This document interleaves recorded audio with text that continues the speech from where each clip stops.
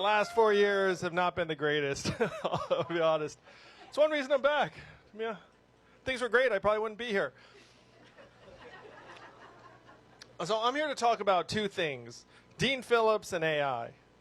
I'm going to start with AI and then transition to Dean Phillips. And I have to say, these two things are tied together. How many of you remember my presidential campaign 4 years ago? Remember that? Well, you'd better, because we spent millions of dollars on advertising, and I'd be very upset if that all just went poof. So if you remember my campaign 4 years ago, I was deeply concerned about AI. I was like, hey guys, AI is coming, and it's going to be devastating to a lot of American workers. And one of the examples I used was call center workers. When do you think AI is going to do the work of call center employees? Well, I think that's a thinker, right? When do you think Google's going to be able to get that one? Someone said, what day of the week is it? It's like, they'll get around to it on Monday. So there are 2 million Americans who work at call centers right now, making on average $17 to $18 an hour. So let's imagine AI comes and does that work. That might be cause for celebration to someone, but it's certainly not going to be celebratory for any of those 2 million people or their families. And that's a very obvious one, but there are inobvious ones all throughout various organizations. It looks like we should have gotten a bigger room, New Hampshire. I know there are some bigger rooms in this state. So I ran for president. I'm going to tell you guys a story, and by the way, this is playing out again in like very, very eerie fashion. So I went to Washington, D.C. in 2017, and I said, hey guys, AI is coming. It's going to displace millions of American workers. What are we going to do? And I had a bunch of muckety-mucks around the table, and one person said something smart that I didn't understand, and another person says, and you'll see why I didn't understand in a minute. Someone else said something smart. I was like, I'm not sure what he's saying. And the third person said, Andrew, let me tell you what you actually need to hear. You're in the wrong town. No one here in D.C. is going to do anything about this. Because fundamentally, this is a town of followers, not leaders. We will do nothing unless a wave comes crashing down on our heads and forces us to do something. And I said, oh my gosh, that is the only honest thing I've heard today. And so I said, okay, well, how do we create this wave? And this wave can only originate in one place, and that is here in New Hampshire.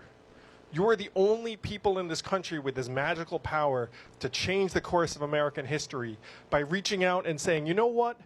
This is who we want to be the next president of the United States. This is the only place in the country where democracy still works the way it was intended. The only place. You need to treasure that. So 4 years ago, I came and I tried to make this case. Some of you remember it. And on some levels, and I will confess to you all, when I was talking to my wife about running for president, we weren't exactly measuring the drapes. It wasn't like, I don't stand here before you like really surprised or disappointed that I'm not the president. Let's put it that way. Our goal was to try and help us speed up so we could address these challenges. And in the intervening 4 years, you know what happened? AI became real. You know, ChatGPT, your kids sometimes using it. Now your schools have new rules. It's like, hey, can't just have AI like do all your homework. And now that AI is here and now, people are looking around saying, what the heck are we going to do about it? Like, what is the plan? Now, that's why I come to Dean Phillips. All right, so Dean Phillips, he raised his hand a number of months ago and said, hey, guys, I'm not sure Joe Biden should run for re-election. Like, I think that, it might be time for the next generation. A lot of people share the same opinion. I don't think he is the right fit for 2024 as opposed to 2020. 2020 and 2024 are not the same years. So Dean Phillips raised his hand and was like, hey, I don't think Joe should run again. And all of a sudden, all of these people came out of the woodwork being like, Dean, what are you saying? What are you saying? He's like, I'm saying the same thing you are saying to me in private. So Dean, being a patriot, went and said, look, I'm going to try and get someone to challenge Joe Biden in the Democratic primary. He went to Gavin Newsom. He went to Gretchen Whitmer. He went to J.B. Pritzker. How do you think all those folks responded to Dean's plea?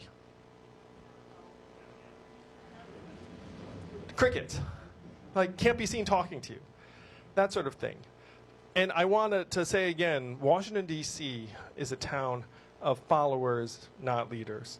The word has gone and said, Joe Biden, DNC, it's like, no, we will not compete. This despite the fact that Joe is down by 8 points in Georgia, down by 8 points in Michigan, states he won, down by 9 points in North Carolina, which is like a swing state. Like Joe Biden, who I supported last time, in my view, is going to deliver us to Trump, the sequel. Dean Phillips saw this and said, you know what? I am going to do something about it. And Dean Phillips is the only one with the courage, the character, and conviction to go against the grain, to go against the legion of followers in Washington, D.C. who would put their careers above their country and said, you know what? America deserves a choice. America deserves a choice in its leaders. Having someone who's 54 years old like Dean Phillips trying to address the challenges of AI would actually help me sleep more soundly at night, as opposed to the folks who are currently in office who frankly think they're going to be there whether they solve our problems or not. Whether they do something, don't do something, they say, you know what, we're going to be here no matter what. That's what they believe. And the only people who can prove them wrong are in this room right now. The people here in the state of New Hampshire. That's why I'm here in New Hampshire, because you hold our future, our country's future, my family's future, all of our shared future in your hands on Tuesday in terms of who you select to be the Democratic nominee for President of the United States. So Dean's going to talk about what his administration will do on AI, and I will be proud and privileged to join his administration if he will have me